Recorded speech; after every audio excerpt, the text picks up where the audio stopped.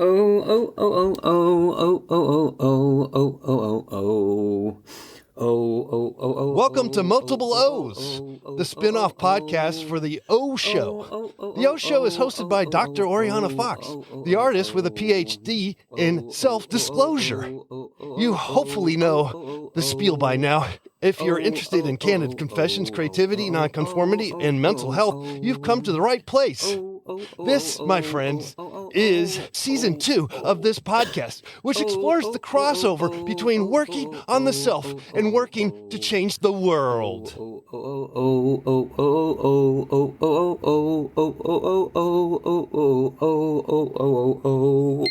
Have you ever said to yourself, I love that Oriana Fox makes art all the time? Well, if you have, now you can say it with your wallet. Go to patreon.com/Oriana Fox and support this lovely podcast and artist. Back in May, that's May 2021, Oriana was invited to do a digital residency on Instagram for the lovely Mimosa House Gallery in London. And over the course of 1 week, she conducted 20 interviews. It was live, it was unfiltered, and uninhibited. Whew. But now, they're being re-released as podcast episodes, edited for your listening pleasure. Hi there, this is Oriana. Thank you to my returning listeners. I really appreciate your support. And I just want to remind you that you can help people find this podcast, not only by recommending it to friends, but also by rating and reviewing. You can do that wherever you listen to your podcast, so things like Apple Podcasts or Spotify. This week is pretty exciting because I'm sharing with you one of the Instagram Live interviews, as usual, for this season. But also, I had the chance to do a follow-up interview with the artist this week. That is Hannah Ballou, who's a theater maker, very, very funny woman who has recently done a couple of shows about having babies.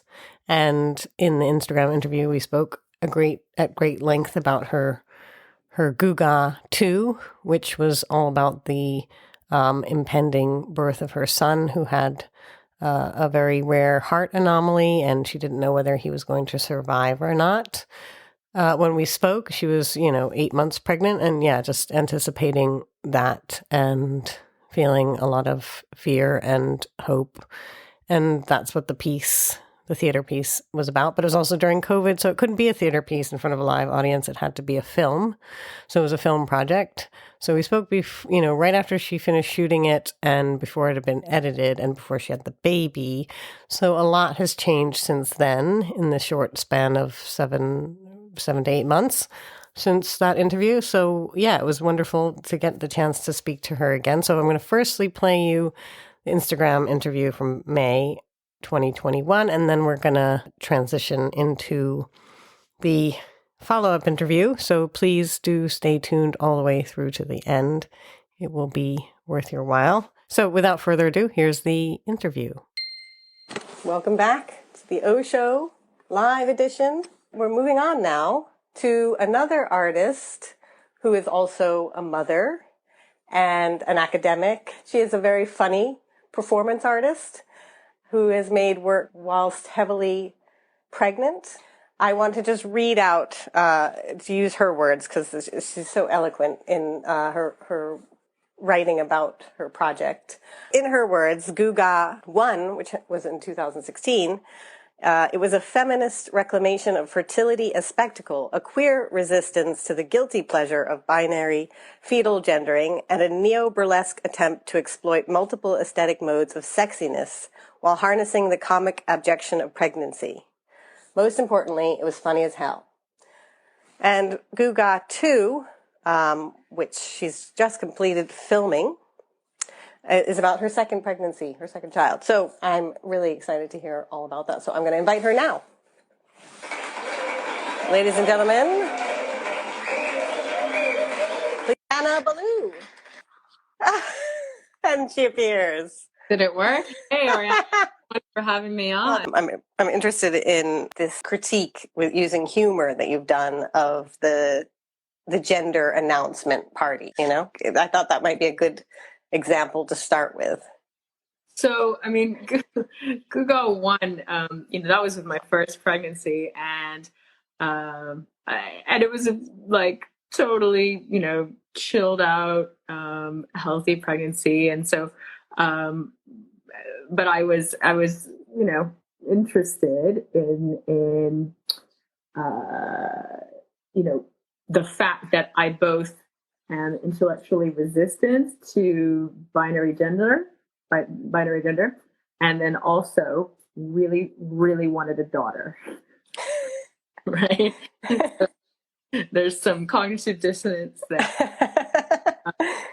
I think Jackie Wilson would call it like feminist fluidity. Yeah, being both critical of a system, but also gleaning some pleasure from it. Yeah. It is hard to escape these things. Yeah. Because there's pleasure as well as annoyance and whatever. Yeah. All sorts of negative things. Yeah. So the show engages with a lot of different aspects of pregnancy, kind of a takedown like celebrity bump, post-feminist like celebrity bump watch culture, that kind of thing. But it's kind of structured around a series of, I screen a bunch of these American, they call them gender reveal parties. They're really more like gender inculcation rituals. And just, take the piss out of them, deconstruct them. But at the end, I was like, but I had my own envelope with the secret, I had the sonographer write the gender of the baby in there. And then, I stuck it on the wall of like, okay, well, literally the writing's on the wall. Like, are we going to open it or not? And then I let the audience it was a Camden, People's Theater, or maybe it wasn't part of Calm Down Dear, but anyway, it was definitely an audience full of like, really right on feminists, and I let them vote. Like, are we going to shred this envelope, or are we going to, and let the baby sort of stay outside the gender paradigm for a little bit longer, or are we going to open it because we want to know what's between the fetus's legs? Let's see those genitals, right? And sure enough, they voted to open it. Interesting. So I had them. We cover our eyes, and then they drew the appropriate genitals on some balloons, some rainbow-colored balloons, and then they shouted, "It's a human!" and then threw balloons at me and my partner, and then. And so it's like, it's all very fun and, slightly queerly resistant to that. But then you see me grab one of the balloons and I see the little vulva and I'm like, yeah! Scream like won the lot. So that moment of the tension between like being really invested in and resistant to binary gender is, it's manifested quite loudly in that moment. So that's kind of how the first one went down. And the second one, so so the second, well, I always wanted to do a follow-up show. I like that you put it that way. I wanted a follow-up show, not a second child. You're kind of supposed to treat your kid, give your kids the same amount of attention, right? And no one cares about your second kid. No one gives a shit, and that's fine. Like, that's just how it is. But I was, so I always intended to create, and also I wanted to play around with that, that the impossibility of recreating autobiographical material. I don't know if you guys, maybe if you've seen Ursula Martinez' Family Outing 20 Years On, where she did a show 20 years prior featuring her parents, and then 20 years on she screened that original piece and then underneath sort of recreated it, but there are huge differences, of course, like most notably like her father having passed, and her mother has dementia, so it has a hard time like engaging with the original text. Like it's just absolutely brilliant, amazing show. So I kind of wanted to rip off that idea and try to perform in conjunction with the original show. But then the pandemic closed the theaters, and it's not exactly the kind of performance you can delay. And so I was like, okay, well, we need to make it a digital performance or a film or something like that. Then I got really bad news in February that the baby has a very, very rare and serious heart anomaly. Like so rare that the doctors are like, the second thing they said to me is like, yeah, we're going to write a paper about this. I'm like, I'm like, yeah, I'm an academic too, though. I get it. I do not begrudge you. Good at my expense. No, but it's, we have an amazing medical team looking after us, top doctors from like Great Ormond Street and UCLH. So, we're in very good hands, but even there's just so little experience with this kind of heart anomaly that we don't know what's going to happen. I'm currently, where am I? Here's the bump. I'm 34 weeks right now. And they just check in every week and they're like, okay, well, he's still hanging out there. But when's the due date? Well, it's not till mid-June, but I have a scheduled C-section. They're hoping he'll hang on until the 1st of June. So that's my dad's birthday. Yeah, hey. What sign was that? I don't know. Gemini. Oh, a Gemini. Okay, interesting. Great. So that happened. So high risk pregnancy. Yeah, super high. And then we found that out like at 20 weeks, right? So it's like the whole second half of the pregnancy was just brutal. Yeah. So I'm like, okay, well, I can't put the pressure of a live performance on myself. No way. I'll do something easy. I'll make a film. Oh yeah, because their films are so easy. Yeah. But then I knew that, that like when I was conceiving it and writing it and fundraising it and making it, like,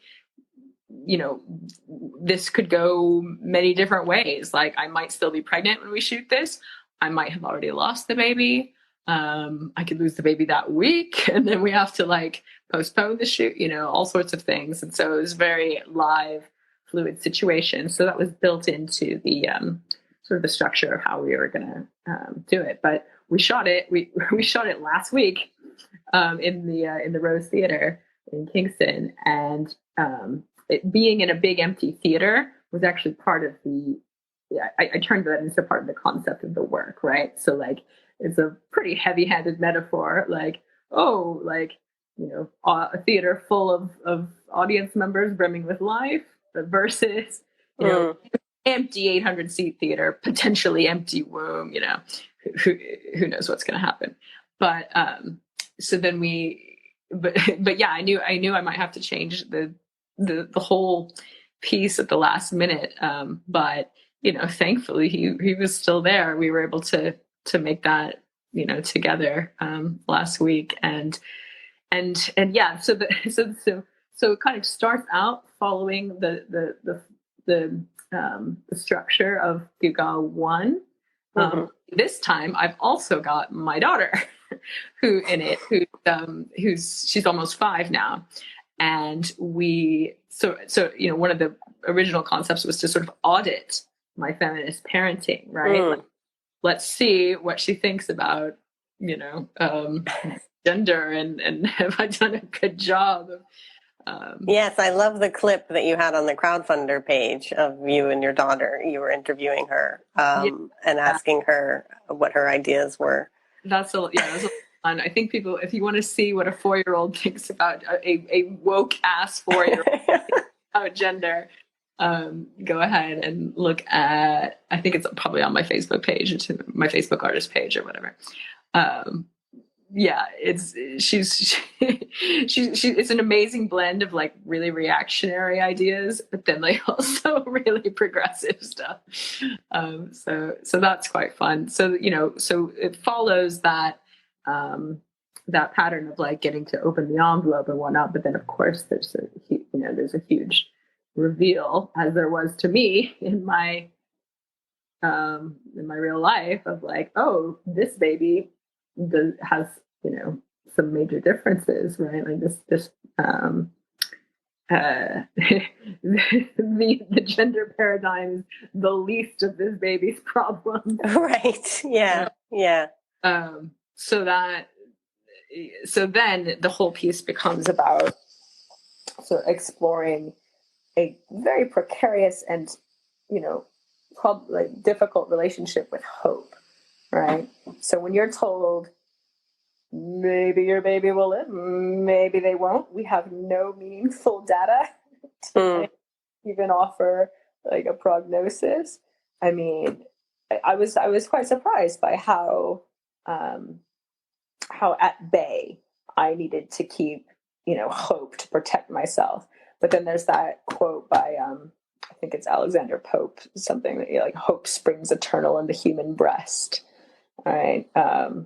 And so even though I would try to like distance myself from it, it would creep in and it would creep in. So a lot of the show kind of explores that in relation to like the experience of the second pregnancy.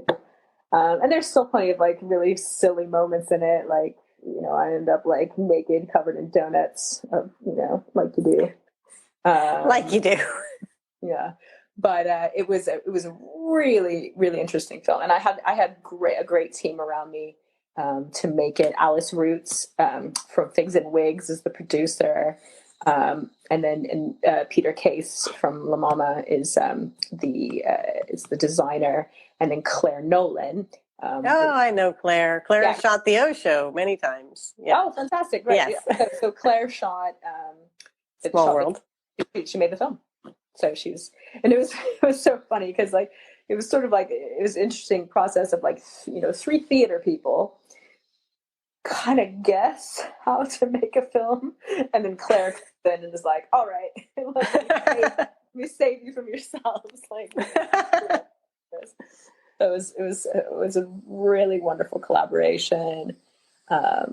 And I'm just kind of glowing off of it. It's kind of weird to go back to like marking essays right now this week after. Well, but obviously, because it's a film, it doesn't have that live element of the audience being able to vote. But has there been any kind of, I don't know, interaction with maybe the crowdfunders, or I don't know, any kind of element of, feedback from others?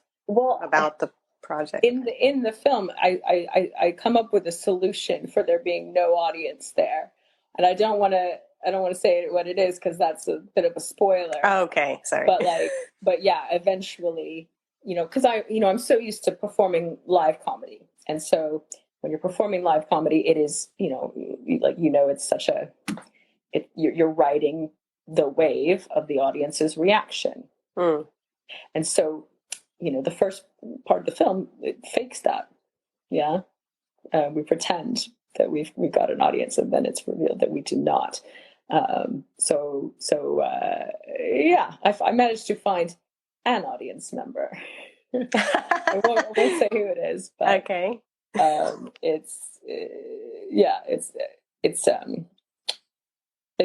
was built into the concept of the show. As far as like letting people vote on whether we find out the baby's sex or anything.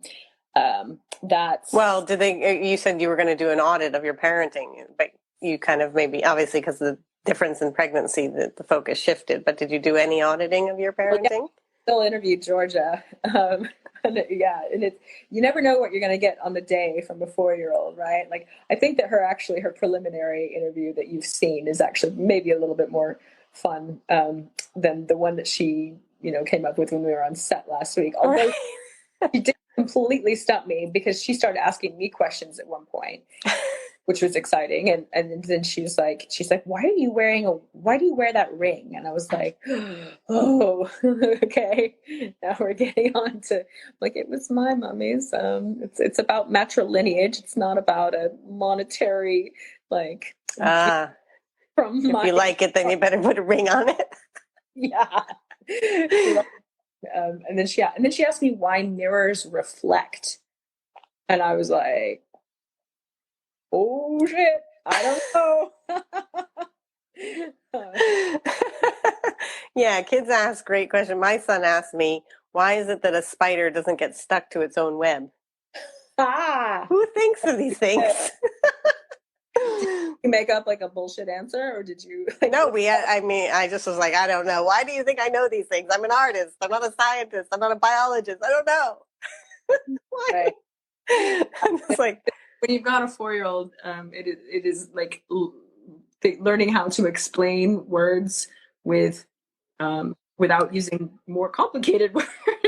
Yes, it's really great. It's really helpful, I think, also, like, as an educator to have a child, because you think, oh, I'm clearly using the wrong language when I'm talking to my students, because or you think more carefully about the language you're using, because how a small child understands. You kind of want to anyway.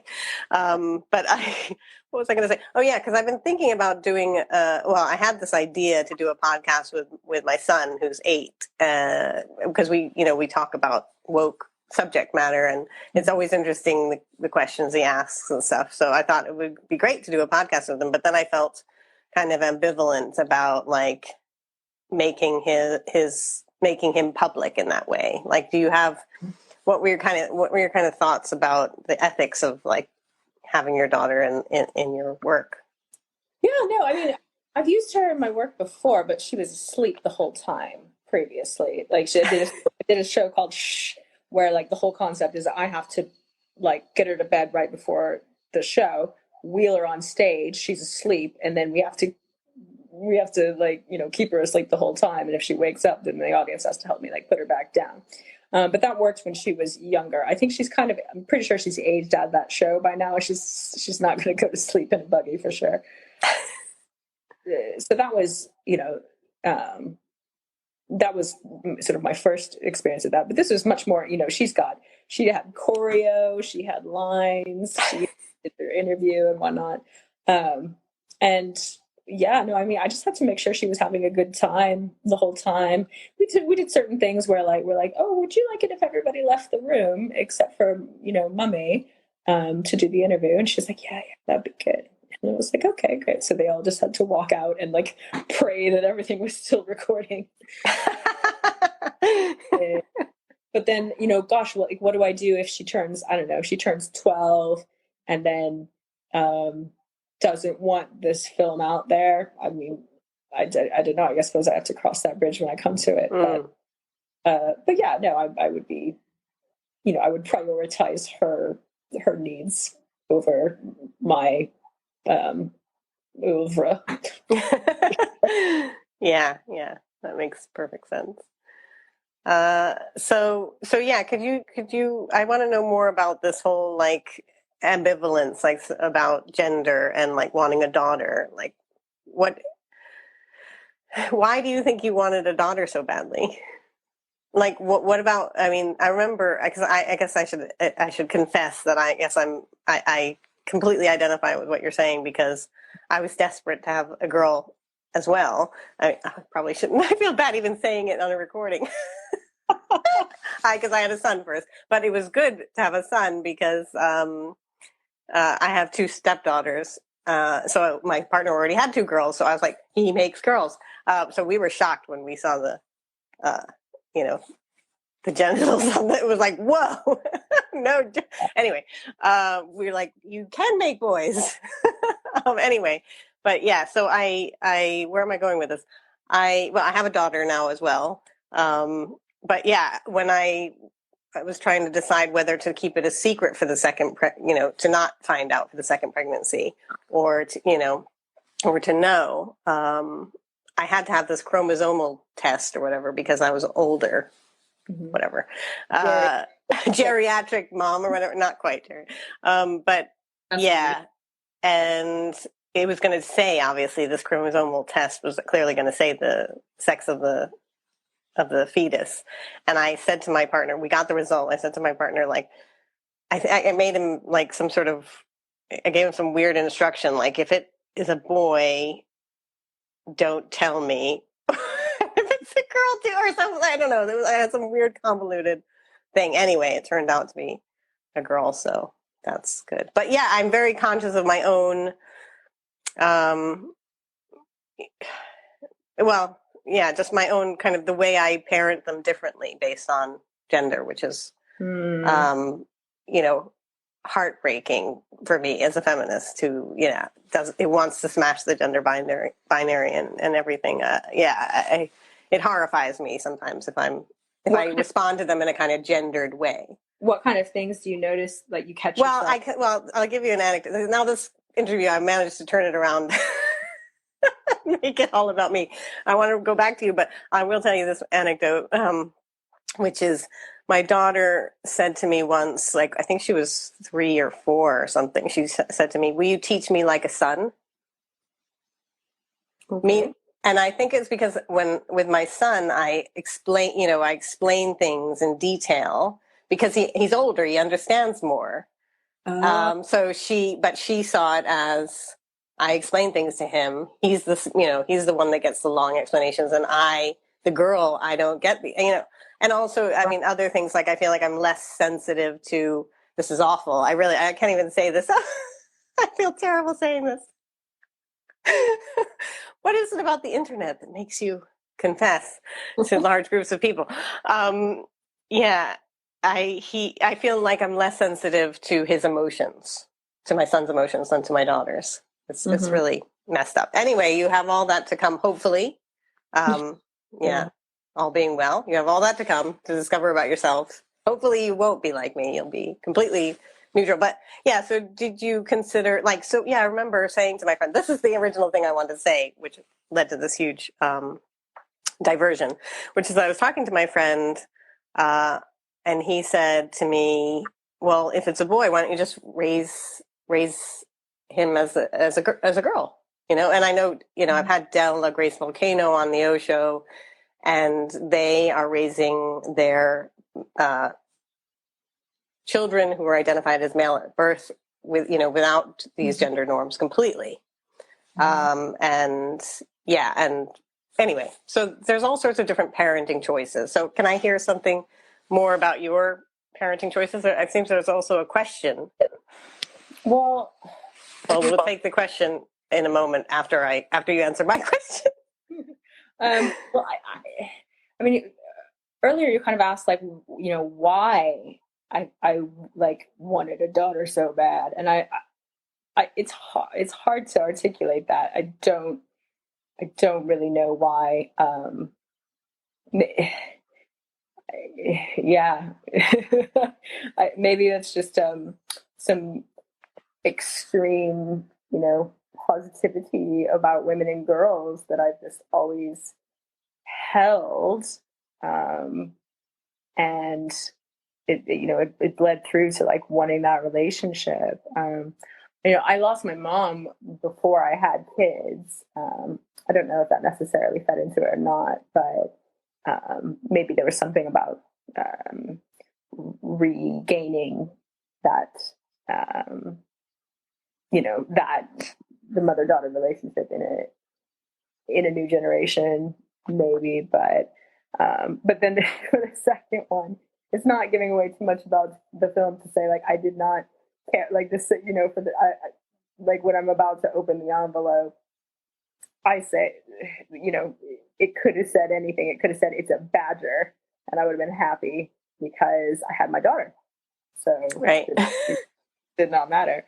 I guess that maybe I won't spoil the baby's sex, since it does form a part of the film. But it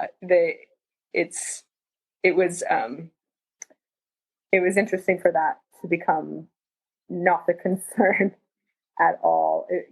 Not something to like look forward to. It's been very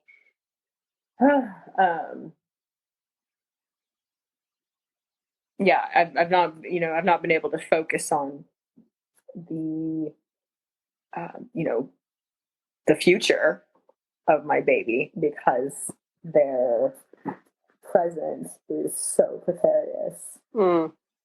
Yeah. But yeah, it's been a very different experience. So it's kind of a bummer answer, like oh, I just stopped caring about. No, it makes perfect sense that you would stop caring given the scenario that you're in. Yeah, and also, yeah, like you said, I mean, it's it's not the most important thing. And so, should we look at this question from one of our viewers? So, Sure, but don't worry, because in the film we do still completely take the piss out of American gender reveal parties, especially because like they've gotten worse since Guga won. Oh yeah, yeah. Now they have like a cake arrives from the bakery, and it's either pink or blue or something on the inside. Oh no. That's original. That's the old school stuff. That's the old school. Okay. Harmless. Americans have started incorporating like guns, IEDs, airplanes into their reveals. What? 5 people have died in the last several years in these parties. People ended up making basically making a homemade pipe bomb to try to blow, pink or blue powder around. Oh my God. There's a guy who shot a blue powder-laced pile of the explosive tannerite in a field of dry brush, igniting a 47,000-acre wildfire that did, like $8 million worth of damage. So, I hope his son is glad that he cared that much about his penis. He was willing to burn down half of Arizona. That's crazy. All right, let me read this question. Oh, where did the question go? Here it is. So from A8 Desis. You mentioned the part that Georgia played and that you wanted her in the show, but how does your partner factor into this? The piece is clearly about the experience of pregnancy, but hopefully you're not alone in it. That's a good question. No, it's been, journey for both of us. He's just, when you go through something like this, you really find out like how strong your marriage is or how strong your partnership is. Yeah. And he's just been amazing. He's a bit more optimistic, just in general than I am. So I think that's been helpful. But yeah, no, he helped me every step of the way. So it's I have a lot of artistic and familial emotional support and stuff. So that's good. Great. And thank you for the question. Is there another question? No, it's the same one. Okay. What was I going to say in response to that? We probably should wrap this up, but there was something I wanted to say. I'm completely distracted by the whole interface of Instagram and everything. I love it. Fly up. I don't want to. Once again, I'm still feeling like I'm feeling the what Brene Brown calls like the shame hangover or something, like from revealing my parenting inadequacies. Oh. So I think that's what's also blocking me. It's blocking my curiosity about you and your situation. We were talking about partners, support. Oh, this is what I wanted to say. I'm a big fan of rational emotive behavior therapy. And in that therapy, they advise or Albert Ellis, the founder of it, advises based on philosophy from antiquity, to see the glass half empty, to prepare for the worst, to contemplate the worst. So I'm imagining that you probably have done that. Is that a part? Does that play a part in the film? Yeah. I mean, I don't know if I mentioned this in the film, but like I've been, listening to like baby loss podcasts. There's a whole, library of them out there, and they're, I think they're really wonderful, important resources. People sharing their stories of miscarriage, stillbirth, infant loss, and everything in, really important ways, addressing, quite a taboo subject that lots of people don't know how to deal with. So I've been, like, for better or for worse, I've been sort of preparing myself by just, listening to them tell their story. But in the meantime, I'm also very aware that's not my story yet. Yeah. So I'm in this very, weird limbo place. So like the film, whatever happens, the film very much honors the 13 weeks between like week 20 of the pregnancy and then last week. It really honors sort of the experience the baby and I have had together during that time. Because it's,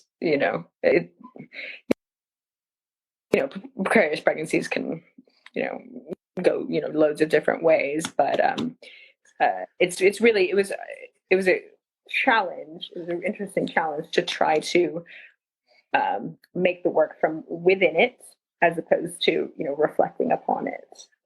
And I think that's, probably some of like the strength of it. So I hope people will look for it once we edit and release it sometime. Yeah. So when is the big day? When is the big release? The film's release. Yeah. We'll be editing that like sort of through June, I think, for a sort of an early summer release.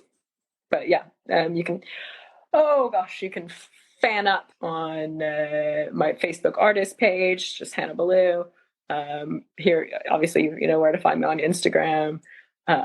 We will keep you abreast of the release date when we know it.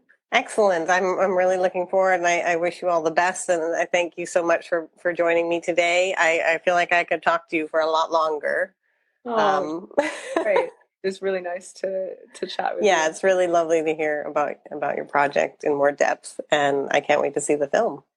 Cool. Thank you so much, Oriana. So that concludes my discussion with Hannah Ballou that took place on Instagram Live, and now I will share with you the follow-up interview. So a lot has changed for you since we last spoke.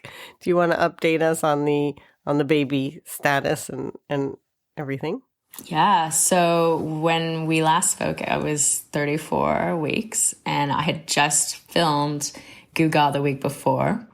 So I was kind of coming off that high. But it was still about 3 weeks until my scheduled C-section.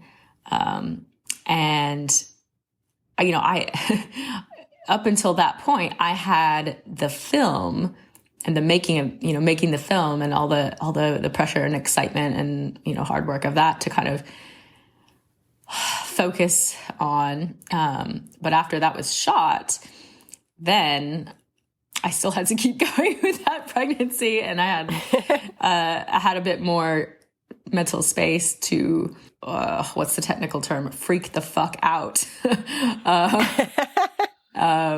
But it was, yeah. So I talked about how the film was all about like, hope and keeping hope at bay.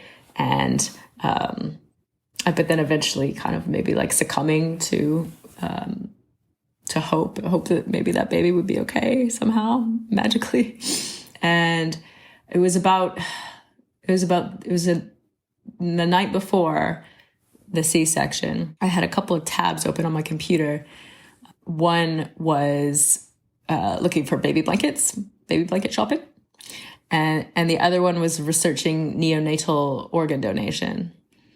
So I had, still a lot of cognitive dissonance trying to hold both of those, eventualities in my mind at the same time. But whoa, that's so crazy to think about baby organ donation. I mean, the fact that organ will then grow with this new, human being. I never thought about organs growing and changing over time. Like, I just think of them as static in a weird way. It doesn't make any sense. It's not terribly common, but it does happen. And of course, like, gosh, in UCLH, the hospitals that we were at, they, would of course be the kind of hospital that could do that sort of thing. But I remember when I even just felt scared to bring it up with my doctors because I didn't want them to feel like I didn't believe in them. Oh, right. Yes. But to one of the fetal cardiac nurses, I pulled her aside and I was like, do you think, I'd be interested in learning about neonatal organ donation because, if he is going to have a short life, I want it to mean, as much as possible. I want him to be able to do something great, And she kind of brushed it at the table. I think that at that point she was less worried that he wasn't going to make it by that point. It's still very, it was all such a big question mark, but I will keep okay. So I'll just cut to the chase. He lives. He did great. We went in. They sliced me open at UCLH, which, it's not my preferred method for getting the baby out, but, it works.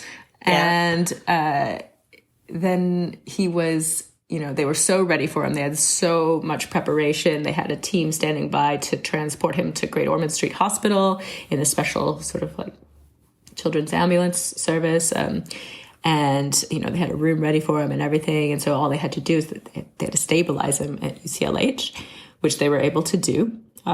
He came out and, I was warned that he might come out like blue and floppy. And I'm like, oh, right. that sounds, yeah, exactly. I was like, that sounds joyful. But he didn't. They took him out and he's screaming right away, which was, of course, that's what you want, right? Yeah. And then, so they showed him to me and then whisked him off to the side, to the stabilizing room on the side. And I could still hear him like crying for, a good like 5 minutes and whatnot afterwards while they're, I love their euphemism. They're massaging my organs back into place. It doesn't feel like a massage. It's more like, like just wrangling them back into place. Anyway, sorry, I don't want to scare off anyone who's due for a C-section. It's an experience. But so he's, I can hear him, and so that's very, reassuring. And then he did start to deoxygenate, desaturate is the term. Mm-hmm. And so they put him on the CPAP, which is the little like mask thingy that it keeps your lung inflated, so it's easy, very very easy to take the next breath, and so assisted kind of breathing sort of thing. And then they just had him, like cyborg baby in all of these like all of the support, that was keeping him stable and everything. And then they transported him to Gosh. I begged them to like bring him by my recovery room. But I just had surgery and he was in this little rolly pod thing. So yeah, I couldn't really touch him. I couldn't sit up to like touch him, right. but all we could do was just, I could barely reach his little finger. So we did sort of like a little, ET phone home finger touch. And that was our I'm picturing like Baby Yoda's pod for some reason. Oh, I haven't seen that, but like maybe, yeah, it was very, I'm picturing that. Like a bubble. Yeah. Floating bubble. Oh, it was rolling, not floating, but like.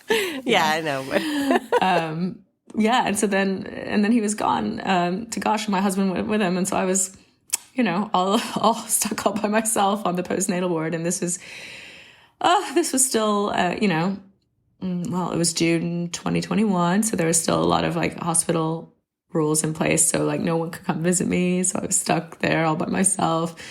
Yeah, with the only, with my phone being like the only connection I had to like my baby, who's if you're not where Gosh is, it's close to UCLH, but it's it's like a like a few blocks away. It's a completely different building, completely different hospital. Yes, yeah. So I couldn't go and like visit him or get rolled down to visit him or anything like that.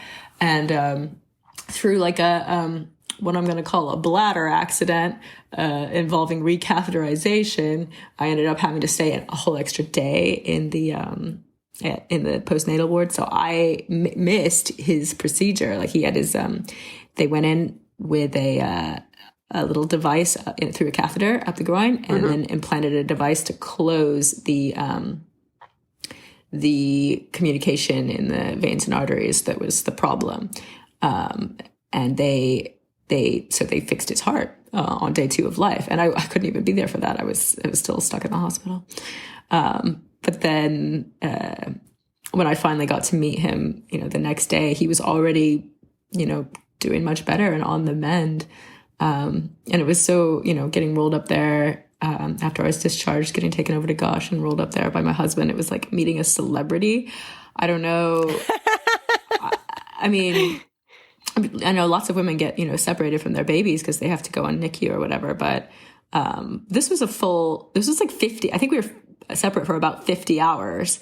But yeah, when I finally got out, just getting rolled up to meet him was, like it was. So it was just one surgery and it was fixed, and you don't need to worry again. Well, that's a good question. So, I mean, he has just done brilliantly. He is, ostensibly like very well. He's actually going to have a large set of scans tomorrow. He's having a CT scan and some MRIs and stuff. They're going to take a look now because now he is 7 months old. And they're going to take a look because apparently, the heart. So he was.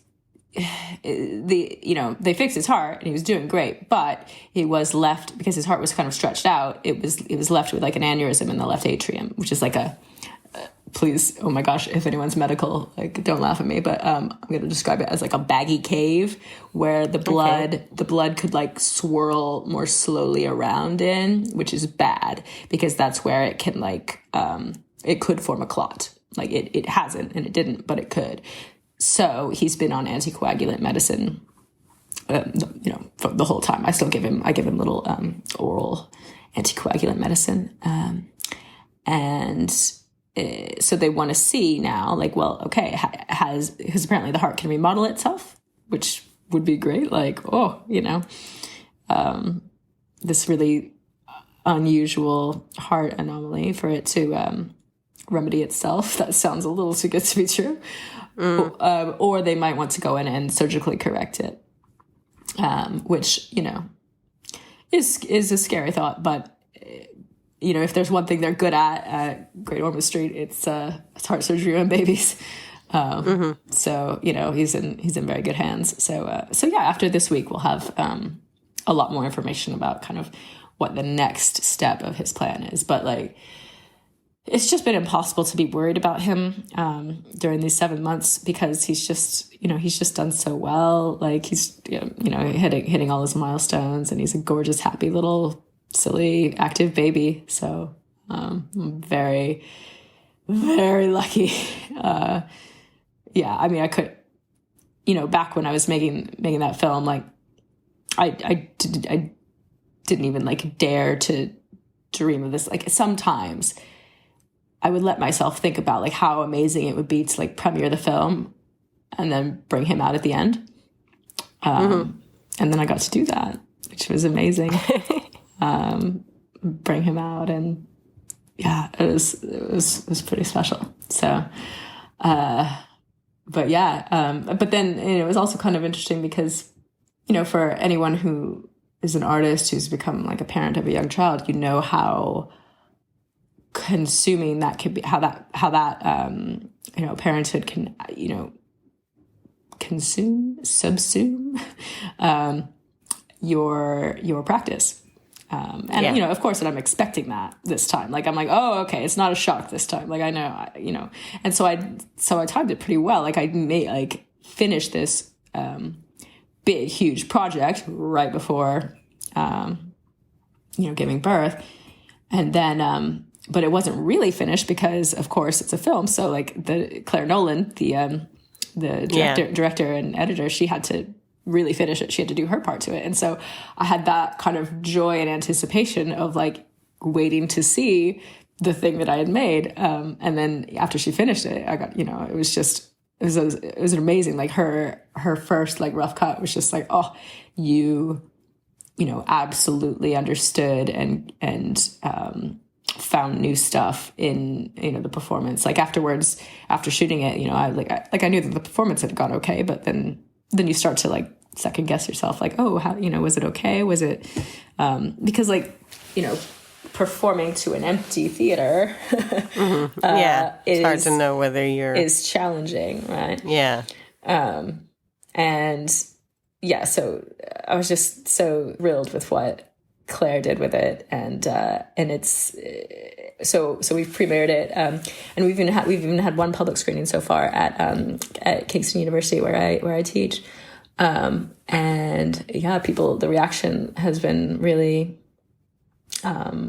really warm. Like people loved it. It's sort of most of my work. None of my work has ever been like you're not going to cry at it. It's all, very silly, weird, comedy and stuff.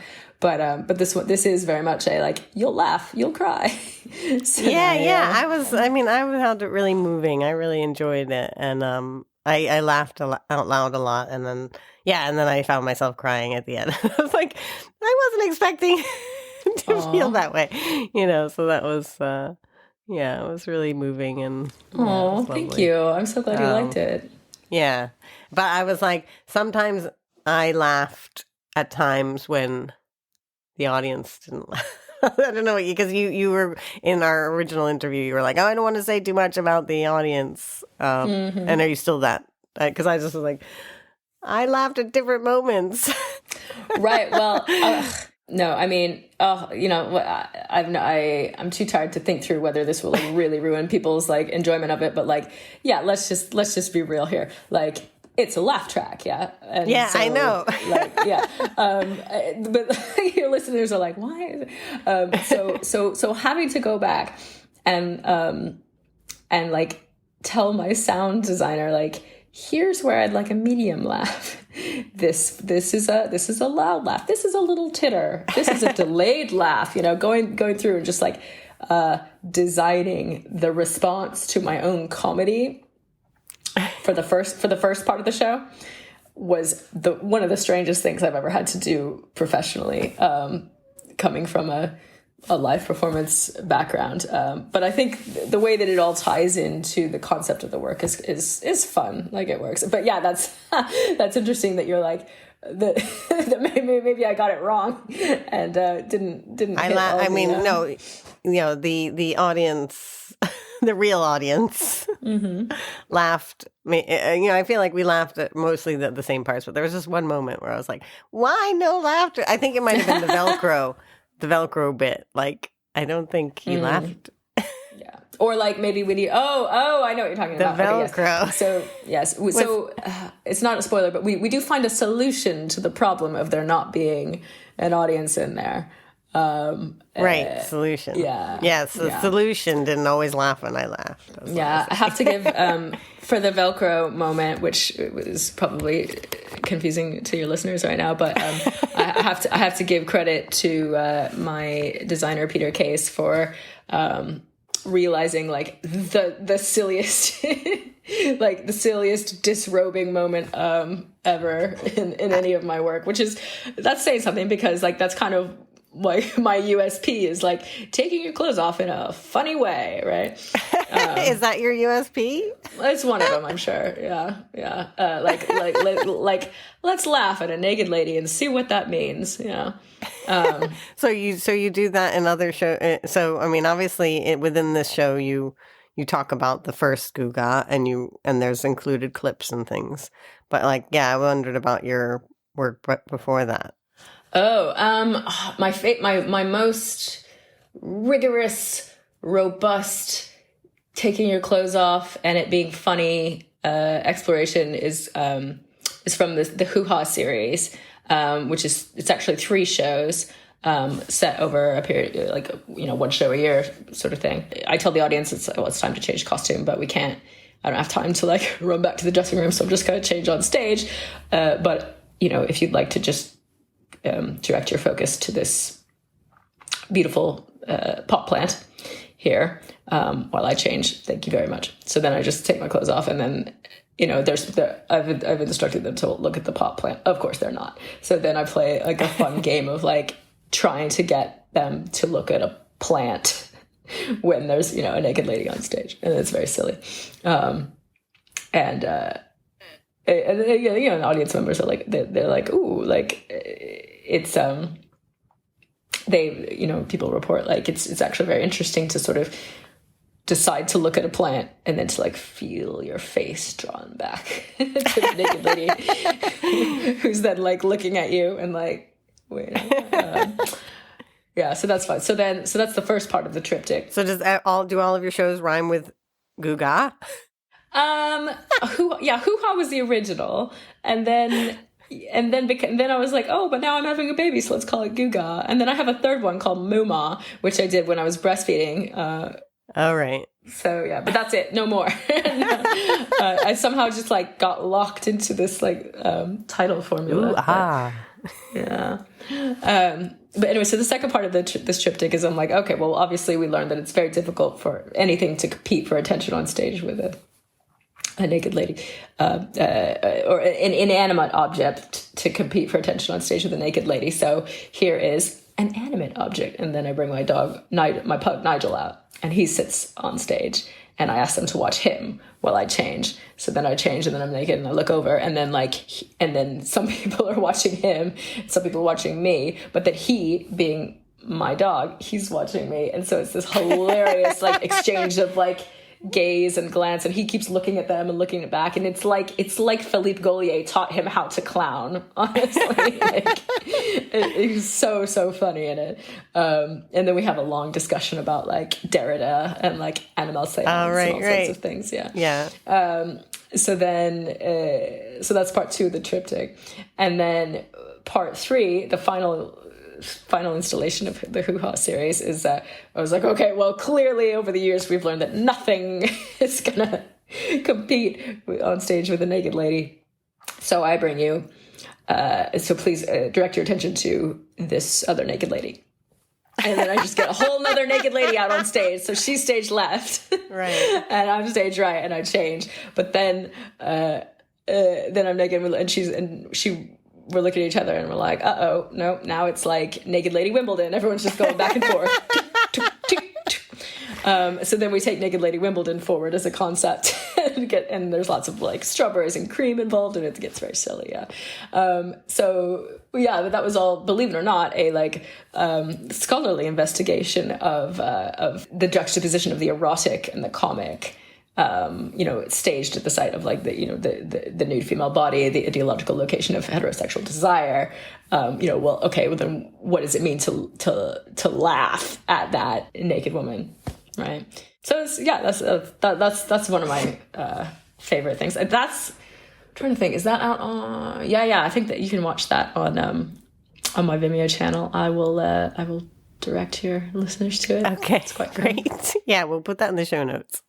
It's for sure the greatest sort of like comic performance by a pug in like esoteric feminist performance art, for sure. So yeah, that Velcro moment was so funny, but yeah, your audience, your actual audience solution doesn't laugh. Doesn't laugh through that. That's and how it goes, though, like when you're at a and... gig, right? What? Like when you're at a gig, you're sometimes like you're the only one laughing at like a particular joke, and comedy audiences are of course not homogenous in their laughter. Like I think it's quite a lovely moment sometimes when like when a joke just clearly speaks to like one person.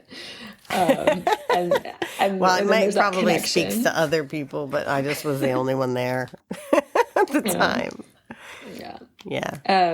But that's, it's interesting because I made this film to be watched by yourself on your go on your computer or whatever, whereas sometimes I've also been screening it live with the full audience.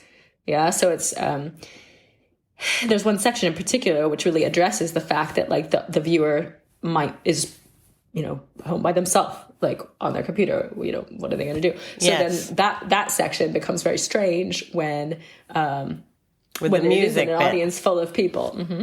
Yeah. I did have that song in my head this morning, I guess in anticipation of speaking with you. That song was coming into my head. Yeah. It's a great tune. Somebody asked me once if like how I would feel about the film if I had lost the baby. Like, would it be too painful to like, finish it or market it or watch it or just get it out there in the world? And I was like, I don't know. That's a good question. I can't possibly like answer that question, but like, I know that it did definitely, like, no matter what happened, it definitely honored the experience that we had, like up to that point, up to like the 33-week mark. So, I'd like to think that like, eventually I would have been able to share it with people. But yeah, it would have, it seems sort of obvious to say, but like, I guess that's sort of kind of the risk built into the project is it's like, if you're, you've got this, the potential for, real tragedy and a real, a much worse trauma than what, I already like went through. Not that it's the trauma Olympics. I find that I'm so bad about like measuring. I'm like, well, what happened to me wasn't as bad as if, this had happened but it's worse than this, and then like, I find myself like quantifying that so much. And it's like, and I know that that's not how it works. And, but I do it so often. What is that about anyway? I know. I don't know what that's about, but I completely understand that. Yeah, I have that tendency too. But yeah, maybe it's just, capitalism, like competitiveness, like bleeds into everything, even trauma. Yeah. Or feeling like I don't have the right to complain or not complain, the right to be upset, to feel, like I had been traumatized because I had a happy ending, I didn't lose the baby, thank God. But then again, what is an ending, like, we could all just lose our babies tomorrow, tomorrow, not sorry to be fucking morbid, but like tomorrow is promised to no one. So, it's a good reminder that, having kids is like having, your own heart like removed from your body and like put outside in a buggy. I'm sure like people say that all the time, but it's really true. Yeah. Yeah. But I wanted to ask you actually about like the whole filmmaking thing. Like, it's very much a film of a performance as opposed to like a filmy film. Because you seem very much, you're a performance artist and your career is like making these shows however many times per year. Like, how do you see your career? Like, do you see it as like, I do this many solo shows a year, or like, and into the future, like, how do you imagine it? Because like this making a film thing was a kind of spanner in the works because of the pandemic. Well, exactly. Yeah. Well, for many years, yeah, it's like 1 hour show once a year. Like, that's sort of how I've done it. But the the pandemic was like, oh, okay.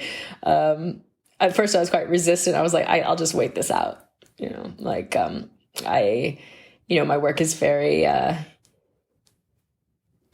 connect a lot with the audience. I do a lot of audience participation, and I'm often very interested in like, the live moment and what can be done with that. And so I wasn't super attracted to, Zoom performance or digital performance. Plus I was, busy with, I also teach at university. So I was just pretty overwhelmed with having to figure out how to teach my students online. So I, put my shows on the back burner a little bit, but then,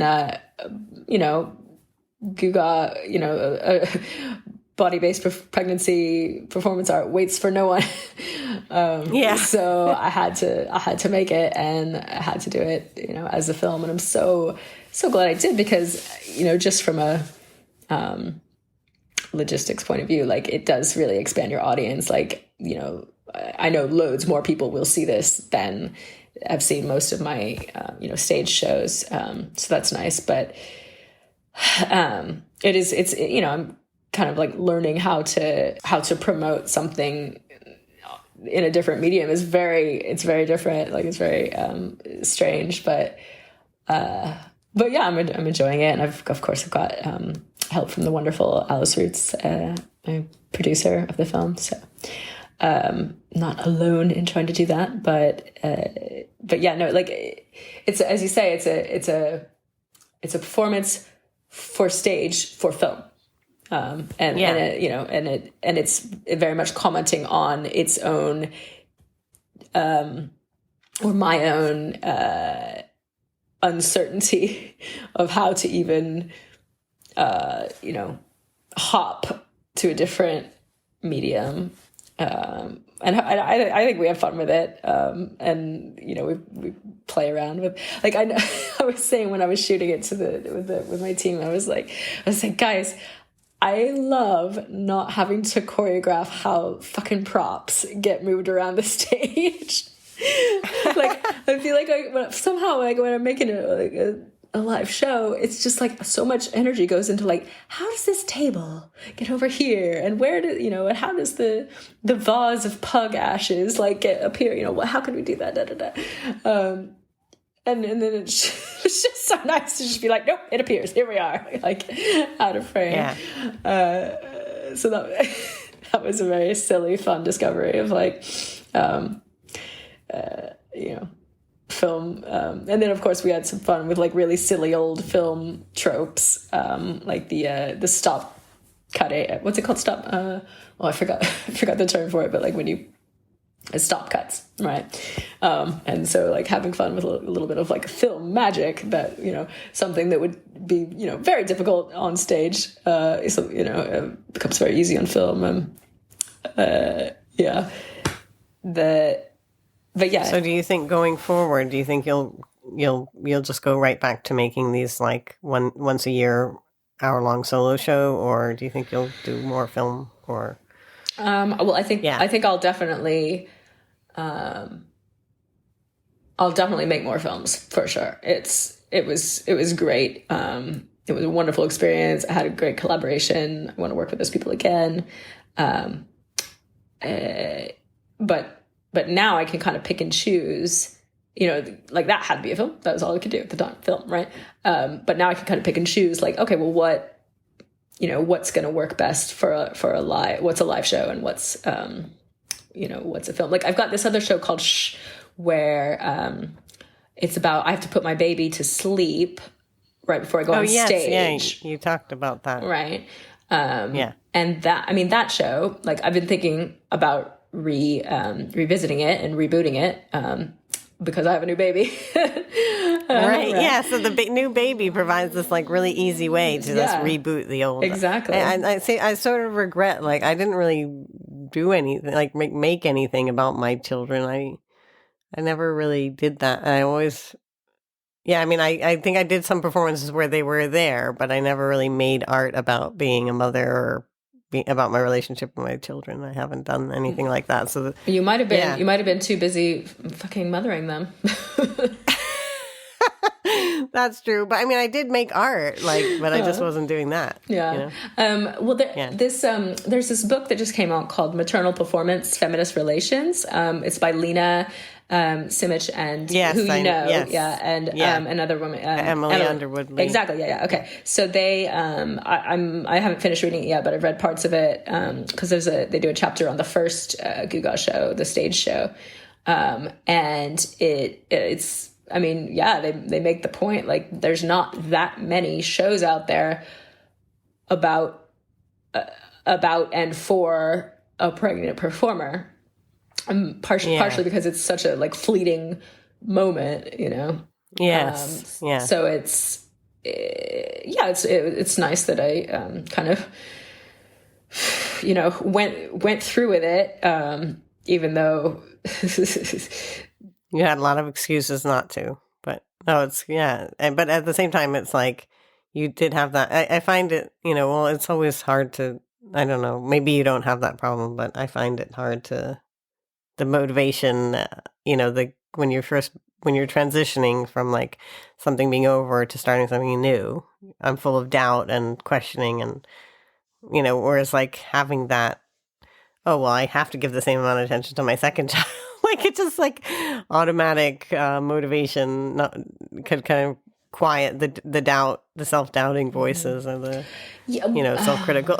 Yeah, I mean, I you know, I'm sure if I was a younger artist, I would not maybe have had the confidence in my own practice to say like, yeah, I can do that. Yeah, no problem. Raise loads of money or you know, for me anyway, raise loads of money to like make this film, and it's not written yet. Most of it's not written yet, but I'm sure it'll be fine. Like, right? Yeah. I mean, you know, it might lose the pregnancy, but I'm sure it'll be fine. We'll figure it out, right? Like, what? That's insane. But it took. I had a lot. You know, I've got a lot of shows under my belt now, and I was just like, I know how to trust myself. You know, I've written a pretty good show in like 1 week before, so like I knew. That's really good. I mean, I don't know. I'm plagued with self-doubt, but I think it's different also because I've come from a fine art background, and then I started making performance, and I made video, and I made all these different things. So in a way, it's like that thing you're having now of like, will this be a film or will this be a show? It's like, I feel like I have that question, but it's about every medium. Right, because you're more like interdisciplinary. I mean, even though I never make any paintings anymore, but it's still like a thought in my mind. Like, so some people say to me like, oh, I loved your paintings. Why don't you paint anymore? Like, some people say things like that to me all the time. And I do think maybe I should have continued painting. You know, like you have these thoughts and like every moment where there's like a transition of like, that project ended. Now I've got to make something new. But like for you, it's like a little less. No, I mean, it's more clear. Like it's you do performance, and that's what you've been doing, and then there's like now this film element that you feel confident about too. So well, yeah, I wouldn't say confident. I mean, because normally, you know, like I would have tested out material a lot more. But there was no time for that. So we just had to like shoot it and had to pray that it was going to work. And Claire helped with that. And, there's not too much that we had to slice away because they're like, oh, no. That did not turn out as we had hoped. So that was good. But I mean, the thing is like, I haven't thought about this as well. Like I just said like, oh, I wouldn't have had the confidence to do that project if I was a younger artist. Well, also, I don't think I could have handled the pregnancy and birth scenario that I had if I was a first-time mom, right? So, like, I was very lucky to have, you know, my first pregnancy was, like, super, you know, by the book, carefree, felt great, you know, like, just, it was fine. Everything was great.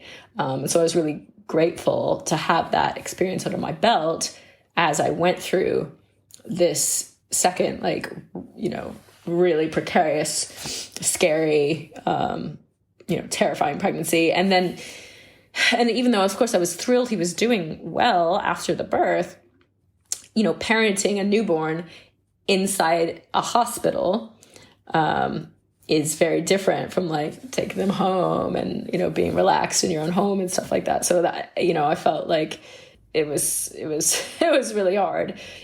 I remember thinking like, you know, and like I knew how to breastfeed, right? Like, like figuring out how to breastfeed difference. The first time, you know, like I hated it the first time, and like she like ripped my nipples off, and like, it was just really, really stressful, whatever. But the second time I was just like, all right, like get on there. I know how to recognize a bad latch, so don't even try it, buddy. I don't care how sick you are or were. Like you're not like it's like gumming. I'm not putting up with no bad latch. Yeah, no way. So but yeah, so I was able to kind of get through the second experience because I had confidence in myself as a mother. So it's nicely parallels the project. Having to do something differently. Yeah. Oh, okay. Make a film instead of a stage show. Oh, have a sick baby instead of a well baby. Cool. We got through it. He was just a little rock. Like he just, his heart was really big, but he kept developing beautifully. And it's just, could not have gone better, I think. I mean, like, it would be great if he didn't have like the sort of the leftover like aneurysm problem, but yeah, I have a lot of confidence in them to make the best decision for, how to handle it going forward. They're just great. I'm so like, I get really gushy when I talk about Gosh, because I think it's the most amazing place. The most amazing professionals. Guga is actually raising money for Gosh. It occurs to me that people might want to find out what happens after they watch the film. So I've got a Just Giving page set up that gives a little epilogue for the film, and you can see pictures of Wolfie and of him at Gosh and everything. And then, people are, of course, free to donate to Gosh, the Gosh charity if they want to, if they feel like it. So that's nice. So we've hopefully raised a little bit of money for that incredible charity. As an American, the NHS is just this like magical, compassionate, civilized thing to come over to this country and to have a healthcare system free at the point of delivery. Because, you're aware the American healthcare system is barbaric. I'm just really, really, really grateful for the sickest children. I'm sure I know it's not perfect. NHS is not perfect. Nothing is, but the fact that the sickest children in this country are very, very well looked after. It's wonderful. Yeah, that's a really nice note to end on, I think. Yeah. And I'm sure you've got to get back to your baby and everything. Shall I plug some upcoming stuff? Yeah, plug away. So some of our screenings and online programming, it's still being finalized, but I know that there'll be a screening at the Colchester Arts Centre on the 9th of May. When I hope to see people there, and I'll be there. I'll do a little talk and a Q&A afterwards. And there's some other venues where there'll be screenings coming up soon in this spring. And some opportunities to view the work online as well. And then this summer, I can't say who because it hasn't been announced yet, but it's been programmed by an institution that I have a lot of respect for, and I'm really excited about that. So the best place to stay abreast of when and where you can watch the film is you can follow me on Instagram at I love Hannah Ballou, or Twitter at Hannah F Ballou, or there's a Facebook artist page, Hannah Ballou. And I will put links to those in the show notes. Fabulous, thank you. Yeah. Can I just say, if someone's going to watch the film, I want them to, be aware that, there's like explicit language and nudity, which you would expect from a Hannah Ballou show, but of course themes of fetal illness and also themes of pet death. So if you're not up for any of those at a given moment, maybe give it a pass. But I of course I would want it to connect with other pregnant women, but I'm also quite wary of recommending it to pregnant women because I don't want to worry anyone necessarily. So if you feel like, like I had a friend who was pregnant, and I think she had suffered a miscarriage previously, and so she had quite a bit of anxiety around that pregnancy, and she decided to watch it, and she loved it, and it but of course everybody's different, so just look out for yourself. Yeah. That's good. Content warning. Thank you for taking care of that. Sure. And thank you for coming and doing this follow-up interview. No, it was great. That concludes my discussion with Hannah Ballou. I hope you enjoyed both interviews. It was nice to get that before and after perspective on the Guga 2 project. As I said when I was speaking to Hannah, it is a really moving piece, and I hope that these interviews have encouraged you to want to see the film, because there are many opportunities coming up. There are many screening events which you can attend, and I've put the details in the show notes. And you can also just follow Hannah Ballou on Instagram or on Facebook to find out the details of future screenings. But in the show notes, there's the details and the register link for the one coming up at Colchester Art Center. Just have a correction. Hannah Ballou said the wrong date during our interview. It's actually happening on the 4th of May. So at Colchester Art Center. So if you're around that area at that time, or you want to make the trip, you can, look in the show notes and register via the link. Another announcement I'd like to make is that the book called Maternal Performance, which Hannah Ballou mentioned that her work is written about in, and that it was written by Lena Simic, who I spoke with the previous week, is co-authored by her and Emily Underwood Lee. There's a book launch, an online book launch coming up on the 15th of February, and I've signed up to go. I hope you will too. Hannah will be there, along with a number of the other artists whose work has been written about in the book, including Lynn Liu and Nana Leeshot Hansen and Catriona James. So it's going to be an interesting event, and I'm going to be there. So please do check out the show notes where you can find details in order to register for it as well. Next time on Multiple O's. Next time. Now, finally, I'm delighted to share that next time on Multiple O's, I'll be sharing a brand spanking new interview. Excitingly, the interview is with none other than Ursula Martinez, who I approached not only because Hannah Ballou mentions her in the interview you just listened to, but because I've admired her work for ages, and she's been an inspirational figure for so many of the guests I've interviewed, either on the podcast or in the live show. It just seemed like it was about time that I interviewed her.